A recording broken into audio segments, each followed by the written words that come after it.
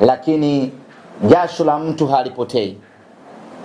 Wale ambao tayari wameshanunua tiketi zao, aidha shilingi 30,000 VIP-B, shilingi 20,000 VIP-C ama shilingi 7,000 mzunguko, tunawaomba wazitunze tiketi zao, na tiketi zao zitatunzwa kwa upande wa N-Card.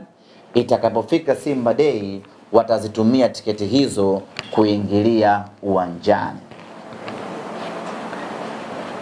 Katika hili jambo lazima tutambue ya kwamba kila mwana Simba amepata hasara.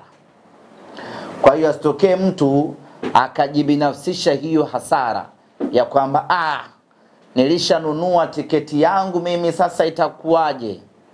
Tutambue ya kwamba kila mtu amepata hasara kwenye hili jambo.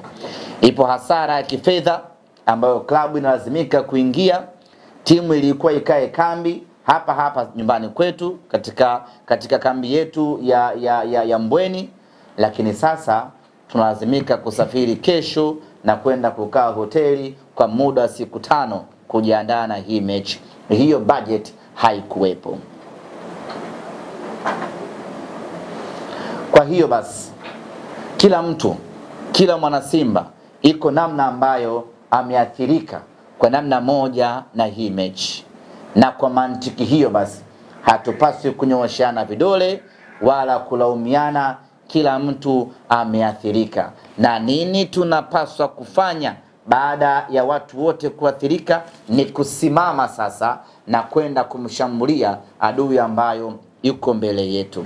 Baada ya kusema hayo, viingilio vipya kwa mchezo wetu wa tarehe 25 ya mwezi wa 5 mwaka 2025, mechi ya kwenda kuchukua ubingwa wa Afrika. VIPA itakuwa ni shilingi 50,000. Jukwaa la Urusi itakuwa ni shilingi 30,000, na mzunguko ama orbit na saa